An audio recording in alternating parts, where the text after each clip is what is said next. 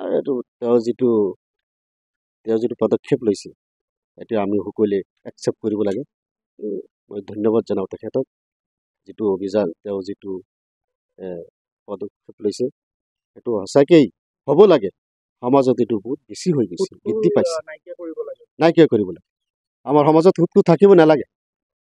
এবাৰ মানুহ বহুত হাৰাশাস্তি খাই আছে, দুখীয়া এক শ্ৰেণীৰ মানুহ বহুত, এচাম মানুহে বহুত কষ্ট পাই আছে। উপায় নাই, তেওঁলোকক কেতিয়া বিপদত পৰি গ'লে হঠাৎ কিবা আপদ বিপদ থাকেই মানুহৰ, হয়েই।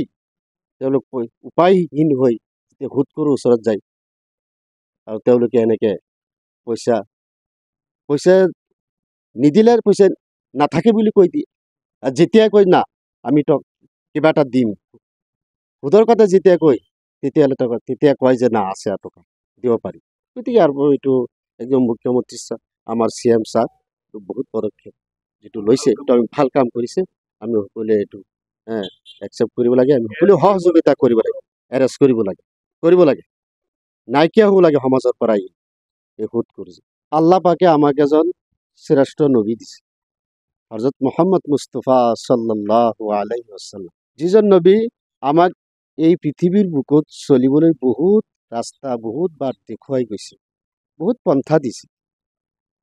যদি আমি সেই ৰাস্তাৰে যদি আমি চলো, আল্লাহ নবী দেখুৱাই যোৱা ৰাস্তা, আল্লাহ নবী সাল্লাল্লাহু আলাইহি ওয়াসাল্লাম কৈ যোৱা কথাখিনি যদি আমি মানি চলো, তেতিয়াহ'লে আমি এই দুনিয়াত, এই পৃথিৱীতো আমি কামিয়াব হৈ যাম, আখিৰাততো আমি কামিয়াব।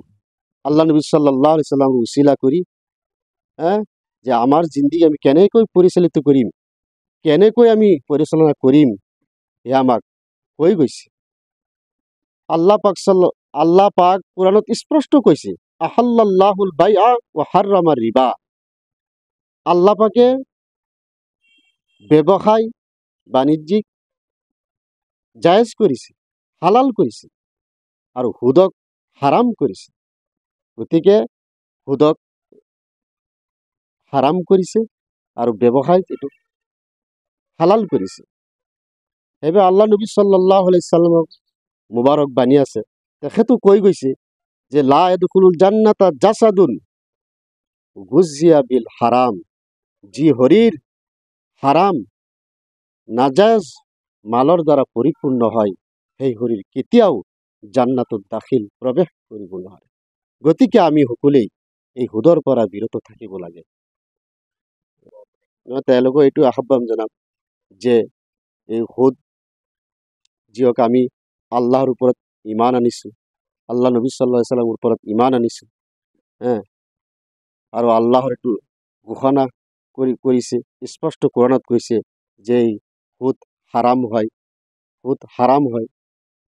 গতিকে আল্লাহৰ হুকুম আমি মানি চলিব লাগিব। গতিকে আমি ইয়াৰ যে আমি সকলোৱে ত্যাগ বা ইয়াৰ পৰা আমি সকলোৱে বিৰত থাকিব লাগে।